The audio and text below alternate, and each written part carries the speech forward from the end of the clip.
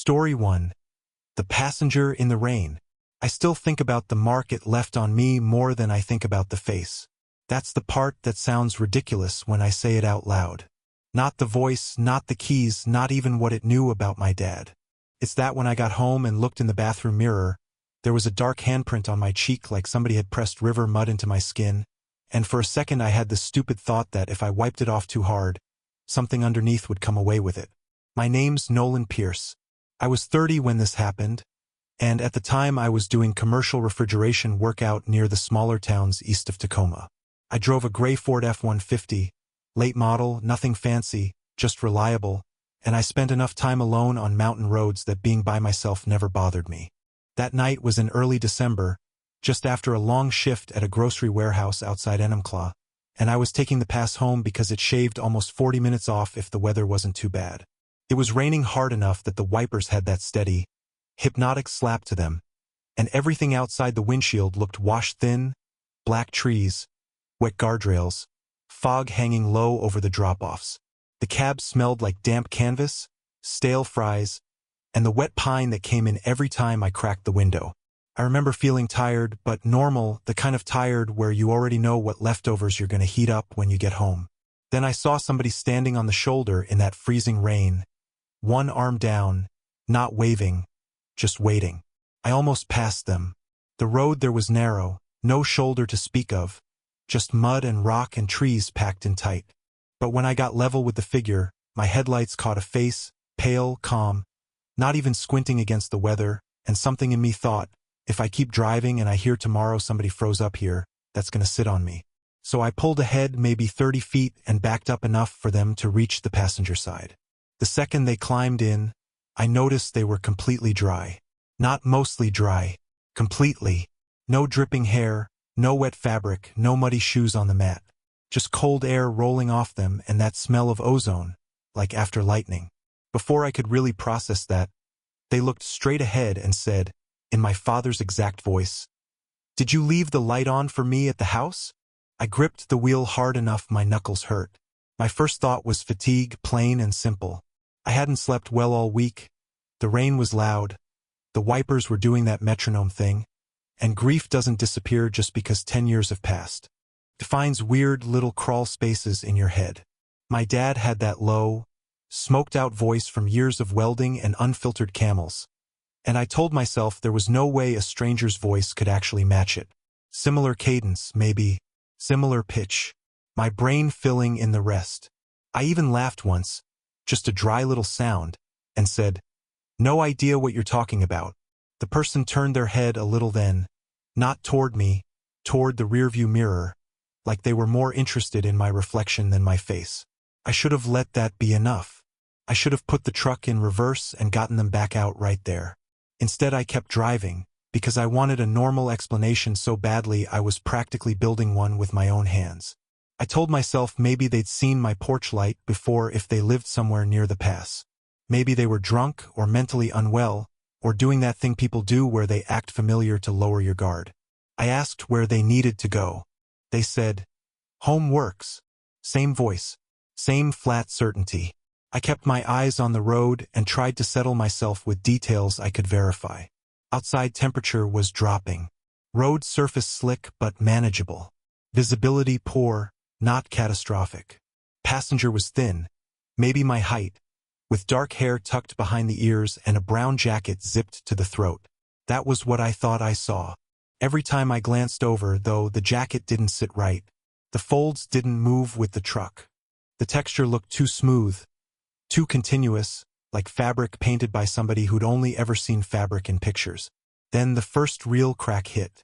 We came around one bend where the firs crowded the road so close the branches brushed the mirror, and in the headlights I saw what looked like two people standing back in the trees. Not moving, just vertical shapes between trunks. I looked again and they were gone. Before I could tell myself it was shadow and rain distortion, the passenger held up a small ring of keys between two fingers. They swung once in the dash light, and my stomach tightened so fast it felt like I missed a stare. They looked exactly like mine. Same blue bottle opener tab from the hardware store, same bent brass house key, same black plastic fob with the corner chipped off. My actual keys were still in the ignition under my hand. I heard myself say, "Where'd you get those?" The passenger smiled a little, still watching me through the mirror. "You left them." I pulled into a gravel turnout without even deciding to. The tires hissed over wet stone, and the truck rocked to a stop. Rain hammered the roof so hard it sounded like handfuls of nails. I turned on the dome light. That's when I saw the clothes clearly. There wasn't a jacket. There wasn't really any separation between skin and what I'd taken for clothing at all. The brown surface had brush-like streaks in it, darker lines where seams should have been. A zipper shape flattened into the front like it had been copied from memory. At the neck, near the jaw, the color broke just enough for me to see pale flesh underneath, smooth and damp, the way clay looks before it's fired. A sweet rotten smell came off them then, under the ozone and rain, like fruit left in a closed toolbox. I reached for the door handle. Locked. Not by them. By me, automatically when I shifted into drive earlier, and somehow that tiny fact made the cab feel airless. They tilted their head. "He didn't die right away, you know?" I stopped moving. My dad had died in a crash on a logging road when I was 20. What everybody knew was that his truck rolled into a drainage ditch during a storm. What almost nobody knew was that he stayed conscious long enough to call my mother and not say anything. She listened to him breathe for almost a minute before the line cut. That part never made it into any report. It stayed inside our family like a splinter. The passenger rested those copied keys on their lap and said, still in my father's voice. He could smell the radiator fluid. He tasted blood every time he tried to swallow. He kept hitting the horn because he thought maybe you'd hear it from the house. My hands started slipping on the wheel. I wiped them on my jeans and they were wet, not with rain, with sweat. I couldn't get enough air in without it shaking on the way down. "Who are you?" I said. And even to me it didn't sound like a real question. It sounded like something falling apart. "You left the porch light on all night after they brought him back," the passenger said. "Your mother turned it off at dawn. You were asleep on the couch in your boots.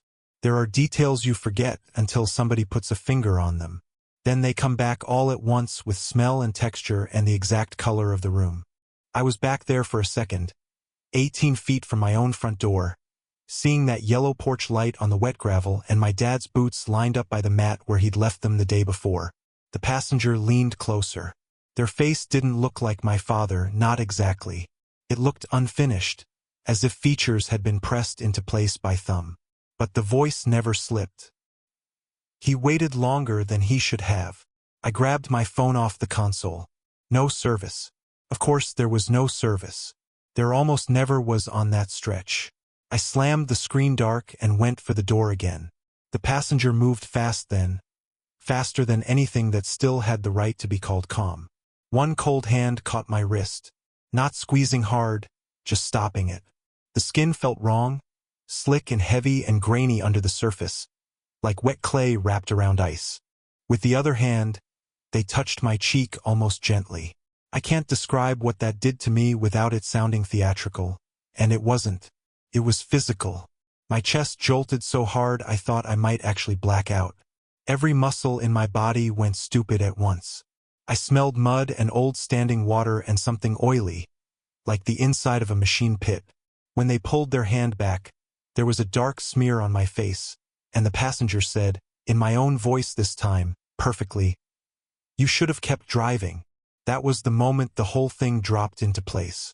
The dry clothes, the copied keys, the way it watched the mirror instead of me. It wasn't remembering my father. It was learning me. Every second I'd spent trying to explain it had just been time for it to get closer. I threw my shoulder into the door hard enough to rock the truck. The automatic lock popped when I hit the switch with the side of my palm.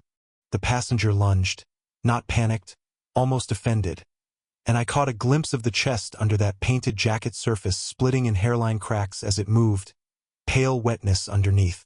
I shoved the door open and freezing rain came in sideways. Gravel slid under my boots. The passenger turned toward me with that half-made face and my father's voice said, very softly, "Nolan, I don't remember making the choice. I just remember both hands on its shoulders, the texture giving under my grip like soaked leather over soft mud. and then I was heaving with everything I had.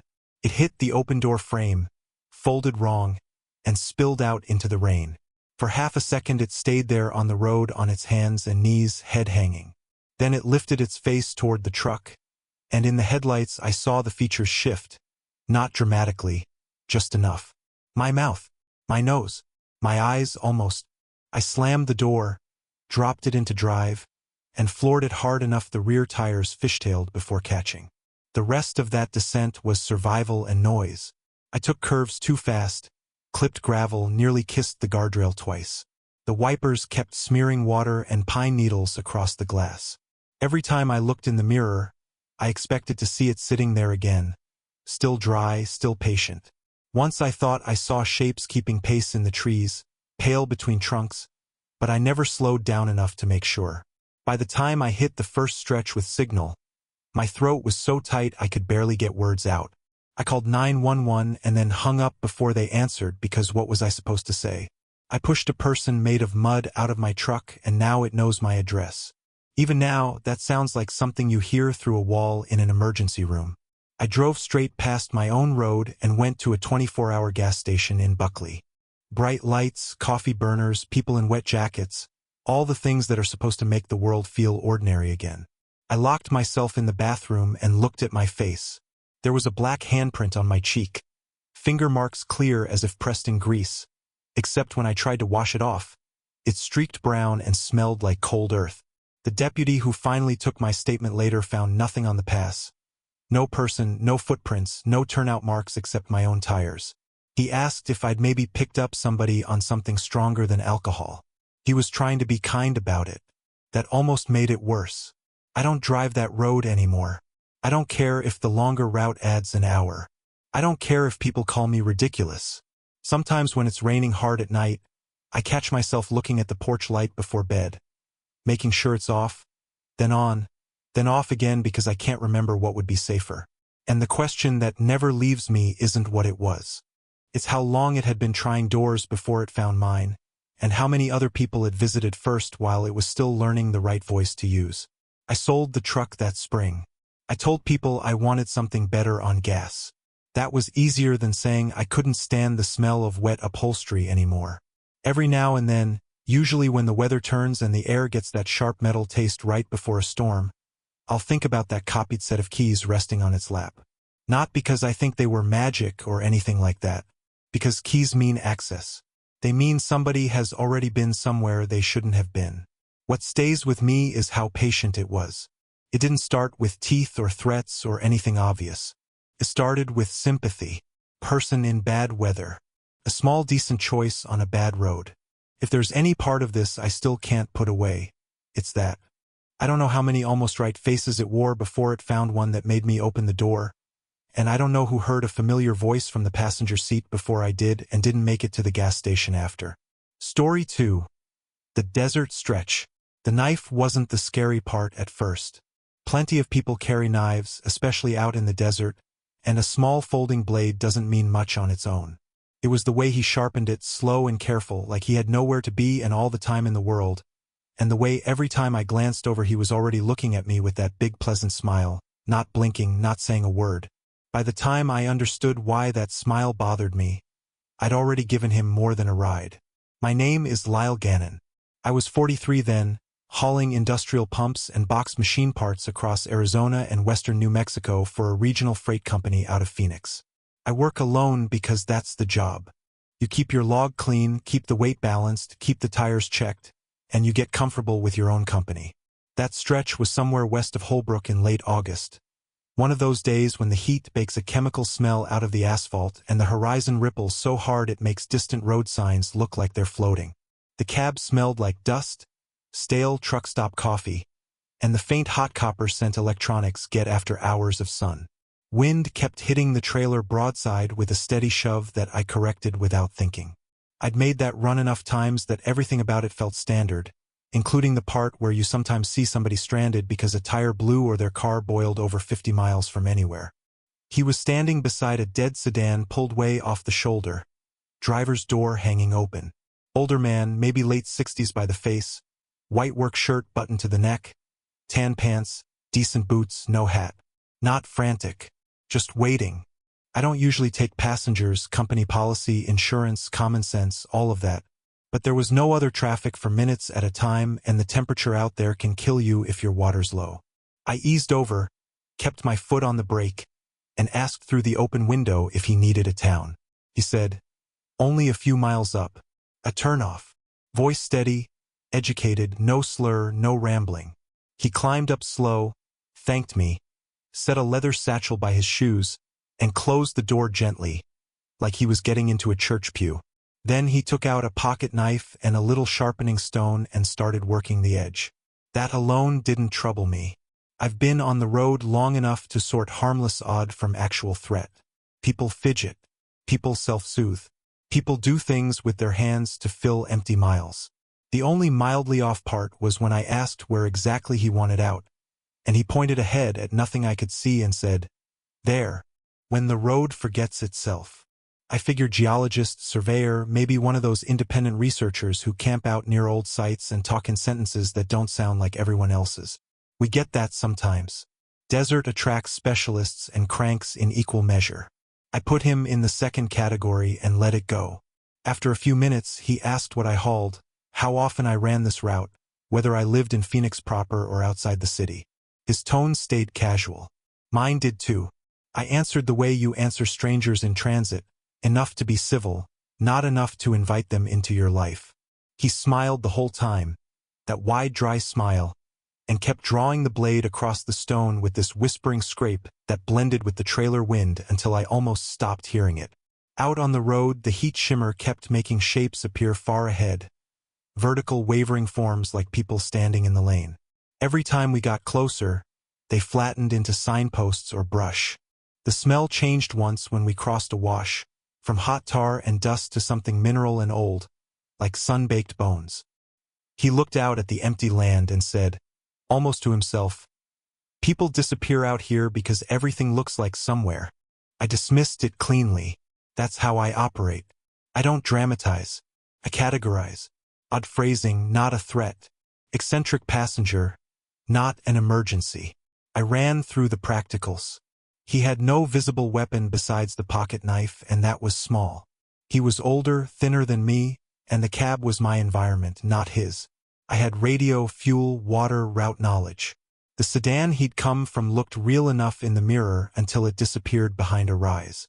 I turned the air a little colder and settled back into the drive. The first place I nearly stopped thinking about him was a truck stop outside Chambers. I needed fuel and a receipt for the log. He stayed in the cab when I went inside, which I appreciated. Less hassle. I came back with coffee and saw something on the low concrete wall by the diesel pumps.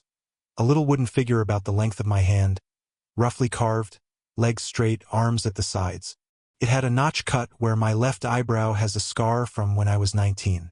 I remember pausing, coffee in one hand, keys in the other, thinking one of the local gift shop racks must be selling crude dolls or folk art. Then I got in the cab and noticed wood dust on his pant leg and the knife folded away in his pocket. He smiled at my coffee cup. "You take it black," I said. "Most adults do." That got a little laugh out of him. Normal enough that I almost let the doll go. A few miles later, he asked me to stop. Not at a turnout with tracks, not near a gate, not by a survey marker. Just a blank piece of shoulder where the desert rolled away on both sides and nothing interrupted it but scrub and heat. I told him there was nothing there. He said, "There is for me." I set the air brake, and he gathered his satchel but left behind a canvas grocery bag at his feet. I called after him, "Hey, your bag." He put one hand on the open door and looked back with that same smile. "No," he said, "that one's for you." Then he stepped down and started walking into the open land without once looking behind him. I sat there maybe 10 seconds watching him get smaller in the side mirror. I expected him to angle toward a hidden trail or another vehicle. He didn't, just kept going. The road noise and engine vibration made everything feel stupidly normal. So I told myself the bag probably held trash, or maybe samples, or some harmless old man nonsense I'd laugh about later. I drove on.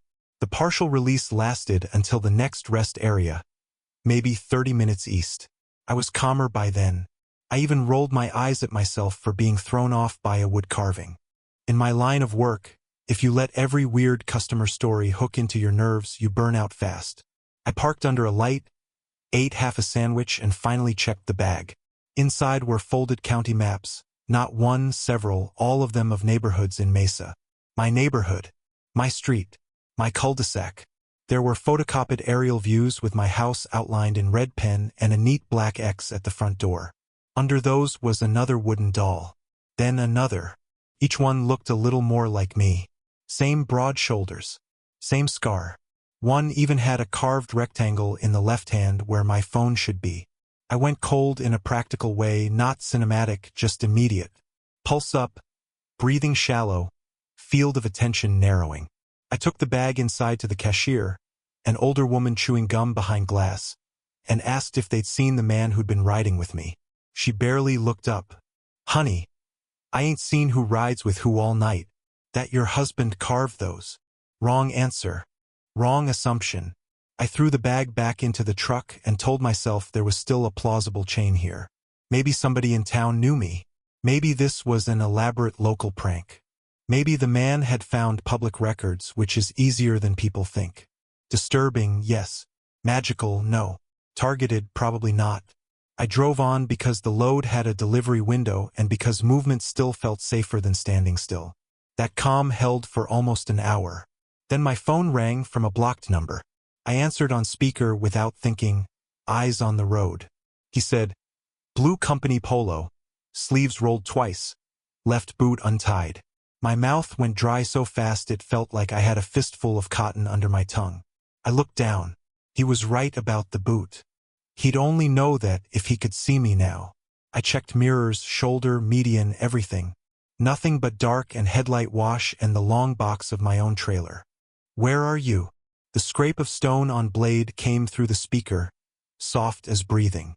"Still wherever you let me off." The line went dead. That was the second build. Worse because there was no obvious mechanism. I pulled onto the shoulder and did a full cab check.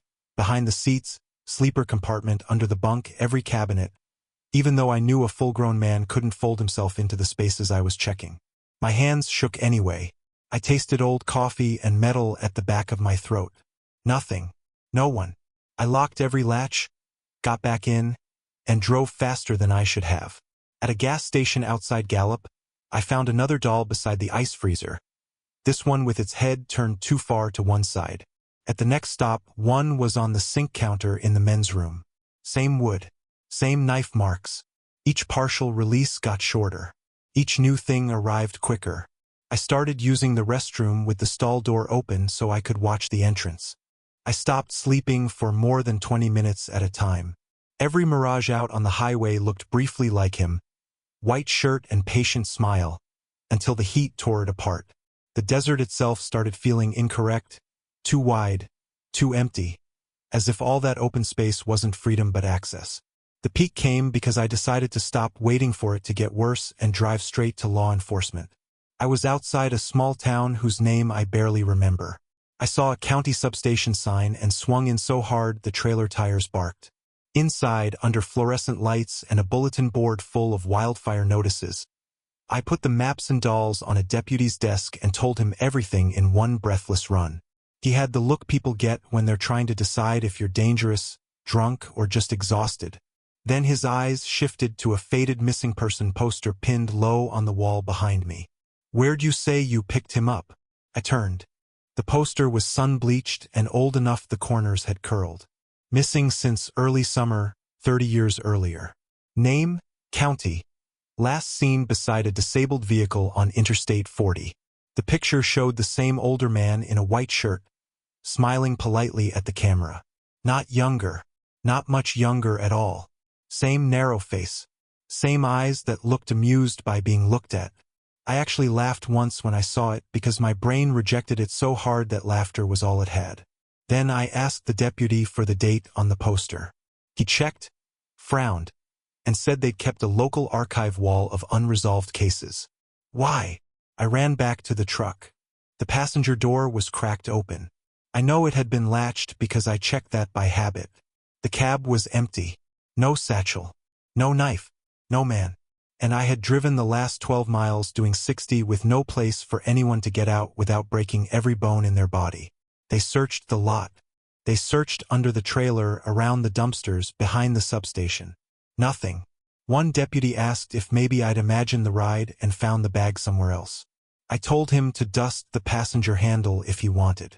He didn't. I stayed in a motel that night with the curtains pinned shut under the clip hangers and a chair under the door handle. I called my sister and made her check my house over video, front door, backslider, garage. The next morning I installed the first GPS tracker I'd ever bought, then 3 more after that.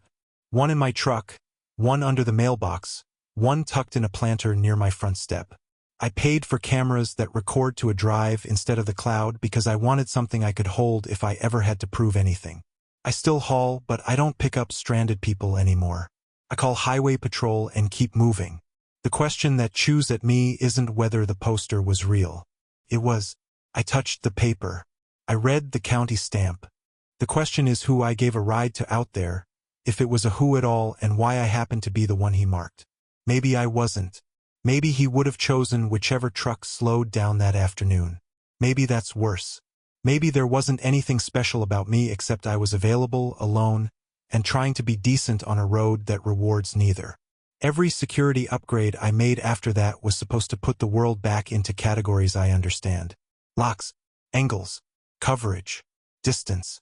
But sometimes, usually when the house is quiet and the air conditioner kicks off, I'll picture those maps folded with such care and that clean black X on my front door. Not the door itself. The fact that whoever made it had taken the time to center the mark exactly where a person would stand if they were about to knock. I still keep one of the dolls in a sealed evidence bag in the garage. I tell myself it's because if I ever need to prove the story again, I have it. The truth is I keep it because every few months I take it out and check the eyebrow notch. I need it to stay where it is. I need proof the carving hasn't changed while I wasn't looking. Because if I ever open that bag and the little wooden man is smiling the way he was, I'll know I still don't have the first idea who I left out there in the desert, or whose house he chose after mine. Story 3. The Scenic Route. What I remember most clearly is hearing my own laugh from the passenger seat while my phone was pressed to my ear. Not a similar laugh. Mine. Same bad habit of starting too loud and cutting it off halfway. My daughter was saying, "Dad, are you messing with me?" And I was looking straight at the man beside me, at the way he had his head turned just enough to listen, and I realized I was about to lose an argument that should have been impossible to lose. My name is Dennis Kroll. I was 61 when this happened. I live alone outside Cedar Rapids, and after my wife died I got into the habit of making long drives to see my family instead of flying because the moving helped. I told myself that was the reason anyway. The truth is I never liked being alone in hotel rooms or airport terminals with too much time to think. So in early October, on my way up through Wisconsin to visit my daughter and grandsons near Duluth, I took the scenic roads through the forest instead of the interstate. I'd spent years as a utility lineman before retirement. Storm work, ice, downed lines, roadside breakdowns, long nights in bucket trucks. I've handled bad weather and stranger situations than most people. That background made me confident in a way I didn't question. I was in my old Subaru, the green one with the cracked travel mug in the console, moving through 2-lane roads lined with pines and maples starting to rust at the edges. The air smelled like damp leaves and wood smoke coming from far-off houses you never quite saw. It should have felt peaceful. At first it did. I saw him at a pull-off near a trailhead sign so weathered the lettering had gone silver. Medium height, gray flannel shirt, hiking pack, clean enough to pass for a retiree doing the same sort of wandering I was. I don't usually pick up hitchhikers, but I had been alone all day, and there is a kind of loneliness that makes conversation look safer than it is. I rolled down the window and asked where he was headed. He smiled like we'd already agreed on something and said, "I'm so glad we finally found each other again." It was an odd line, sure, but not threatening on its face. People of a certain age get mixed up. They see a familiar jawline or haircut and decide they know you from work or school or the service. I had 1,000 explanations ready because that's what experience trains into you. Don't jump to the worst case before the facts support it. He climbed in, buckled up before I told him to, and set his pack between his knees like he'd ridden in that seat 100 times. I said, I think you've got me confused with somebody else. He looked out through the windshield and answered, maybe, maybe not. The first few miles were ordinary enough to excuse the opening weirdness. He knew how to do small talk without pressing too hard. Asked about the route, the colors, the coffee place I'd stopped at an hour earlier because he smelled the cinnamon on the lid. His voice had no particular accent I could place. The only thing I noticed, and I wish now I treated it like the warning it was how quickly he matched my rhythm. If I scratched my jaw, a second later he scratched his. If I cleared my throat before speaking, he'd do it before his next sentence. At first it felt like one of those harmless, unconscious mirroring things people do when they're trying to build rapport. Then my daughter called. I hit the hands-free button and said, "Hey, Kendra, I'm probably 3 hours out if traffic behaves." Before she could answer, the man beside me said, in my voice, perfectly, "No, more like 4 if I keep stopping for stupid photos." My hand jerked on the wheel. Kendra laughed. "Okay. Who've you got with you?" I stared at him. He was smiling gently, not mocking, just calm. I said, "Nobody. Hang on." The man lifted both hands from his lap like he was proving his innocence. But then when Kendra asked if I wanted her to grab anything for dinner, he answered again in my own tone, "Whatever's easy, kiddo. Kiddo." My word for her since she was little. Same inflection. Same little tired warmth. I ended the call so fast I almost dropped the phone. My chest felt tight in a cramped mechanical way. Not dramatic, just wrong. He looked out the side window at the trees. The birds had gone quiet at some point. I didn't notice until then. Not less noisy. Quiet. No chatter. No wing flutter. Nothing but tires on pavement and the soft hiss of ventilation through the dash vents. "How are you doing that?" I asked. "Doing what?" "That voice." He gave a small shrug. "Listening." Here's where my experience failed me. I had frameworks for drunks, liars, thieves, even people in mental distress. I did not have one for someone who could copy the pressure and age of another person's voice after hearing a few sentences.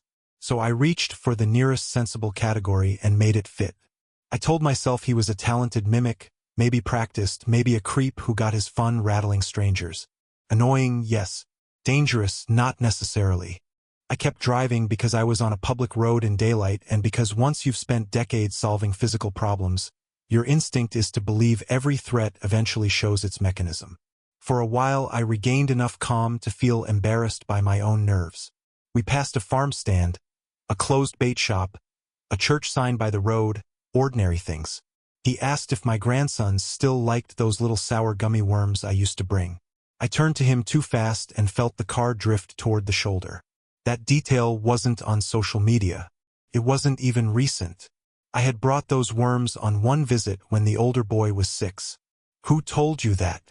He smiled without looking at me. "You did. Earlier." I had not. When we stopped for gas in a small town whose main street looked mostly boarded up, I went into the restroom and locked the stall just to have a wall between us. My hands were shaking enough that I fumbled the latch. I splashed water on my wrists and told myself I was overreacting. I had dealt with men who threatened me with tools on storm sites. I had been stuck on roads in whiteouts with no visibility and power lines spitting sparks in the ditch. This was one man in a public place. If he was running some identity scam, then the answer was simple. Separate. Document. Call family. Move on. I came back to the car and found him sitting in the driver's seat, one hand resting on the wheel at exactly the angle I use. Not driving. Just sitting there with my posture. My travel wallet lay open on the center console. I said, too sharply, "Out." He moved back to the passenger side without protest. "You left your things loose." At the next stoplight, I pulled into a grocery parking lot and checked the wallet. My license was gone. My credit cards, too.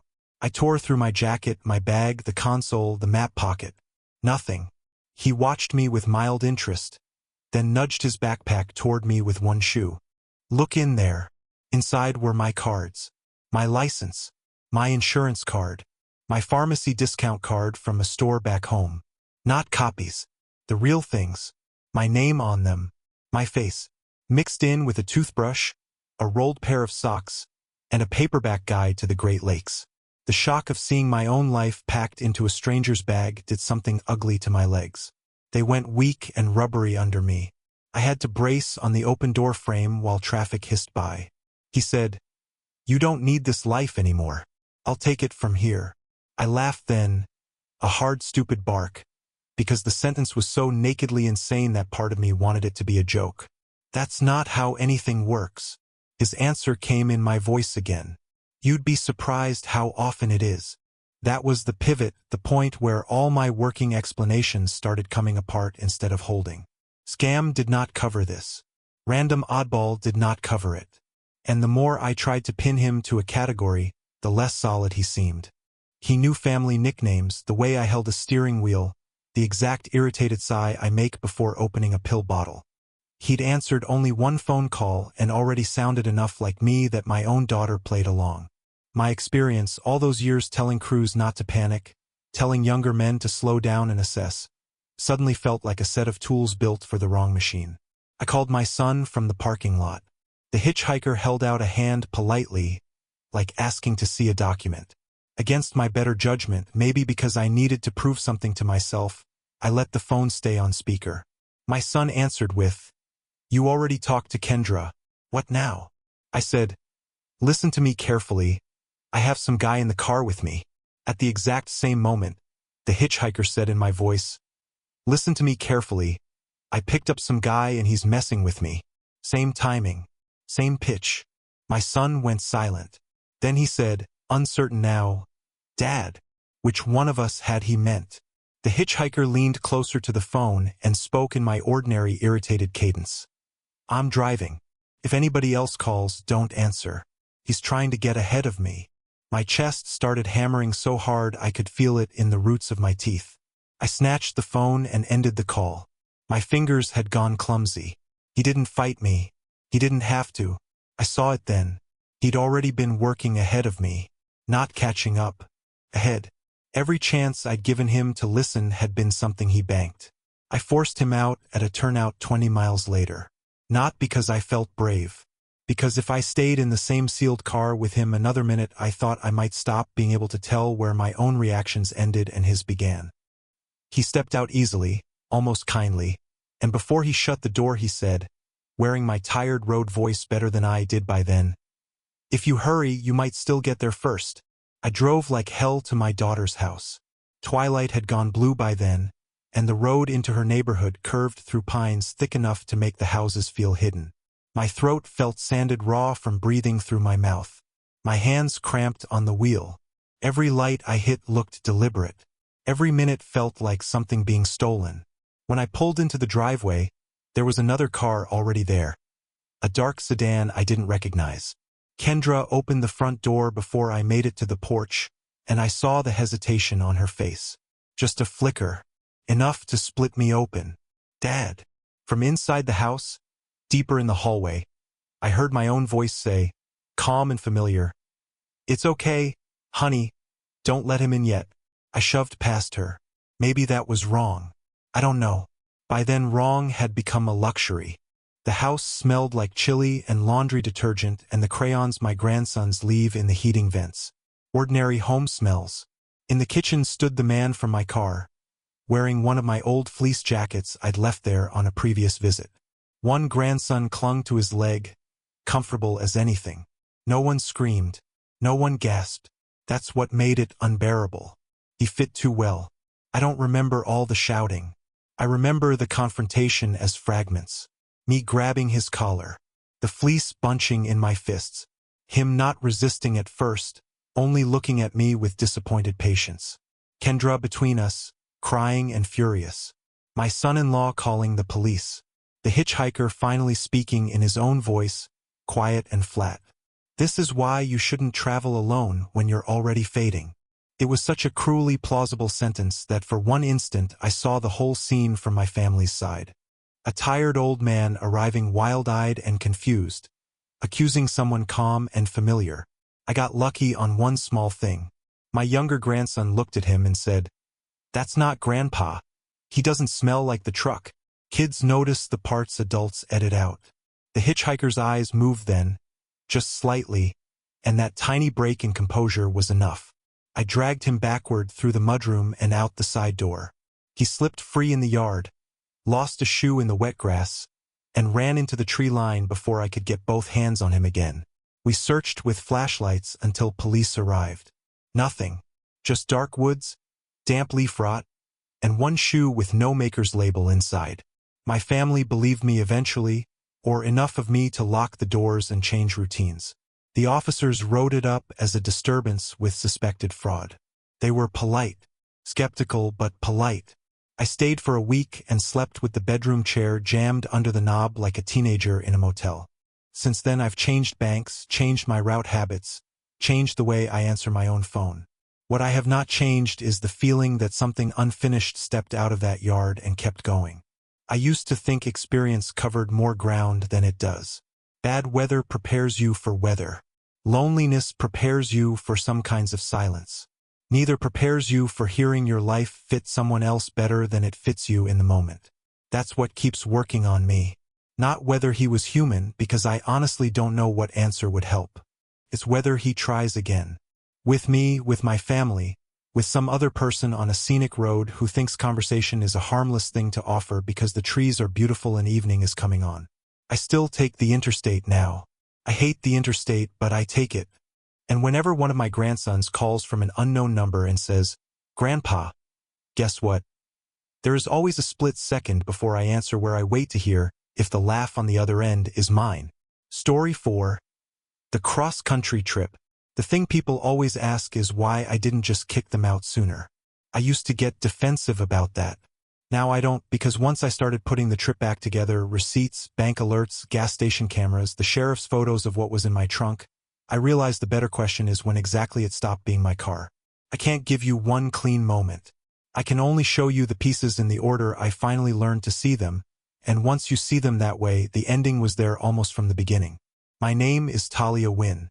I was 22, finishing my last year at community college in New Mexico, and I had this very bright idea that before real life pinned me down, I should drive cross-country on the cheap and see as much as I could. Not full van life nonsense, just a week here, a motel there, back roads when I could afford the time. I was not one of those fearless solo traveler people. Being alone in unfamiliar places actually made me pretty tense, especially at night, but routine helps me.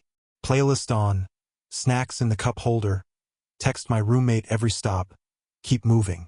That trip started in late May, hot enough that the steering wheel burned my palms if I parked in direct sun.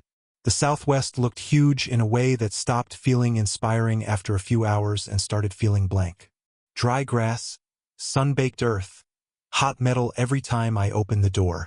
The highway hummed under everything like an appliance you couldn't switch off. Still, I was excited. Felt like a good story to be living. I met them at a rest area west of Socorro. I know the location because it shows up on the first receipt the detective copied for me. He was maybe my age, lean, sunburned nose, baseball cap with no logo. She was a little older, maybe mid-20s, denim shorts, long dark braid, easy smile. They looked like a normal road couple, the kind you see sharing cheap sunglasses and passing a water bottle back and forth. Their car, they said, had died 2 exits back and a tow was taking forever. They asked if I was headed north. I was. They offered gas money. That part matters because in my head, even now, their politeness bought them legitimacy. I remember thinking 2 things at once. 1, don't be stupid. 2, if I say no, I'm the paranoid girl alone on the road making a scene over nothing. So I said yes. At first the story I told myself was the easy one. Company for a boring stretch. New friends for a few hours. They climbed in, thanked me too warmly, and immediately made themselves at home in that gentle way some people have where objecting would make you look rude. He took the back seat and set a duffel by his feet. She sat up front and asked if she could change the music because the playlist was making her sleepy. Fine. She called me Tal after hearing my friend use it on speaker. Fine. They asked about my route, my budget, where I planned to sleep. I answered more than I should have because when you're trapped with strangers, silence can feel more dangerous than oversharing. The first wrong note didn't feel like a threat. It felt like a social inconvenience. They asked if I could stop at a specific place after sunset. Not a town. Not a landmark on my map app. just the overlook past the split rock. You'll know it when you see it. I said I didn't really like pulling off in the middle of nowhere at night. The woman smiled and said, just for photos. The stars out there are insane.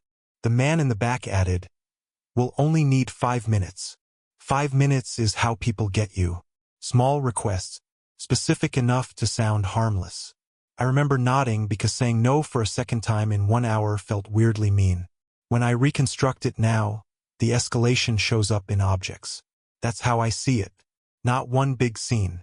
Small pieces left behind like breadcrumbs pointing backward. At the first gas station after I picked them up, I bought a bottle of water and a pack of gum. On the security footage, which the police later showed me, the woman is behind me by the coffee station, holding something between 2 fingers. I didn't know what it was then. In the evidence bag, it turned out to be a thin twist of my hair, probably from my brush on the console. She left it tucked under the squeegee bucket by the pumps. A reminder. That was their word later, reminders. The second piece came at a diner near Truth or Consequences. I went to the restroom and came back to find the man wearing my sunglasses. He smiled and handed them back before I even asked. Normal on the surface. Casual. But when we were back on the road, I couldn't find the little silver ring my mother gave me for high school graduation. It wasn't expensive. It mattered anyway.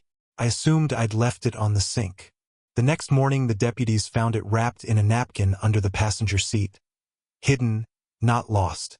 The couple kept taking tiny parts of me and placing them elsewhere. A sweatshirt at a picnic table. A hair tie on a bathroom floor.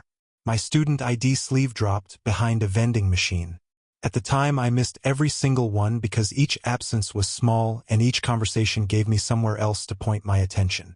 That's what I mean when I say I assembled the evidence later. While I was living it, it just felt like I was getting more disorganized as the trip went on. There were other wrong notes that weren't objects. He started giving directions even when my navigation was already running. She adjusted the air, the windows, the music volume, the seat recline, all without asking after a while. When we stopped, they moved around me so efficiently that I was always the third person through a doorway, the one following. At one motel I paid cash for my room because my app was glitching. The next morning my card had a fuel charge in a town 50 miles east, at a time when I was asleep. Then another. Then a fast food charge. They said maybe my card had been skimmed weeks earlier. The woman even sounded offended on my behalf. I wanted to believe that because the other option was that they had taken my wallet while I slept 3 feet away. The road itself kept making everything feel inevitable in a way I didn't understand until later. Long open stretches with nowhere to pull over that wasn't just more emptiness. Heat on the hood wavering like water. Distant figures that turned into fence posts when you got close. We would pass a boarded-up gas station or a dry wash with tire tracks leading nowhere, and one of them would say, almost fondly, "People try to hide out here." Not in a threatening tone. In a knowing one. I kept filtering it through how stupid I'd sound if I accused 2 apparently normal travelers of anything based on vibes and missing hair ties. The second phase of losing control came the night they asked me to let him drive because I looked exhausted. I was exhausted. My eyes felt gritty. My shoulders hurt, and the highway drone had started to get inside my head. So I said yes, with the rule that we'd stop in the next town and I'd get coffee. He drove my car like he'd already spent years in it, left hand loose at the top of the wheel, right hand tapping the turn signal exactly 3 times before lane changes. She turned around in the passenger seat and asked me if I sleep talk. I laughed a little and said I didn't think so.